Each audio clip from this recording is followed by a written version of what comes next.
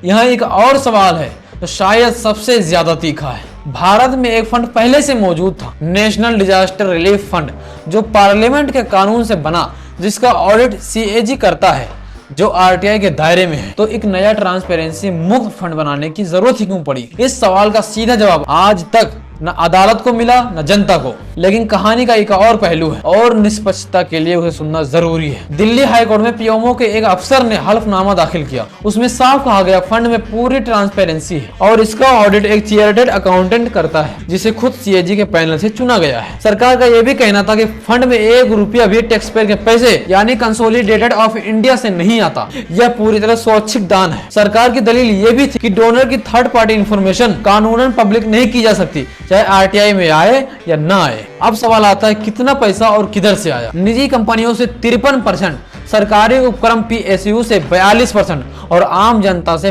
5%। सितंबर 2020 में वेबसाइट पर पहली बार पूरा आंकड़ा सामने आया। कुल दान लगभग 3076 करोड़ का था, लेकिन डोनर के नाम गायब, खर्च का पूरा हिसाब गायब। और अब कहानी में एक नया मोड़ आता है। हाल की एक रिपोर्ट के मुताबिक पीएम केयर्स के लगभग 8452 करोड़ यानी हजारों करोड़ रुपए लंबे समय से बेकार बिना इस्तेमाल के पड़े हैं। तो सवाल उठता है, अगर ये पैसा इमरजेंसियों के लिए जुटाया गया था तो ये इतने साल तिजोरी में क्यों बंद है? ये लड़ाई सिर्फ आरटीओ ऑफिस तक सीमित नहीं रही, ये पहुंची देश की सबसे बड़ी अदालत तक। सुप्रीम कोर्ट में एक याचिका दाखिल हुई, मांग थी पूरा हिसाब पब्लिक हो, सीएजी से ऑडिट कराया जाए। लेकिन इससे पहले एक पीआईएल जिसने फंड के गठन पर ही सवाल उठाया था और कोर्ट ने खारिज कर दी थी। एक फंड राष्ट्रीय चिन्ह इस्तेमाल करता है, जिसके ट्रस्टी देश के सबसे ताकतवर मंत्री हैं, जिसमें आधे से ज्यादा पैसा सरकारी कंपनियों से आया। फिर भी कानूनन ये जनता को जवाब देने के लिए तैयार नहीं है। सरकार कहती है ट्रांसपेरेंसी है, तो सवाल पूछने वाले कहते हैं पूरा हिसाब सामने क्यों नहीं है? ये सवाल अदालतों में लंबित है,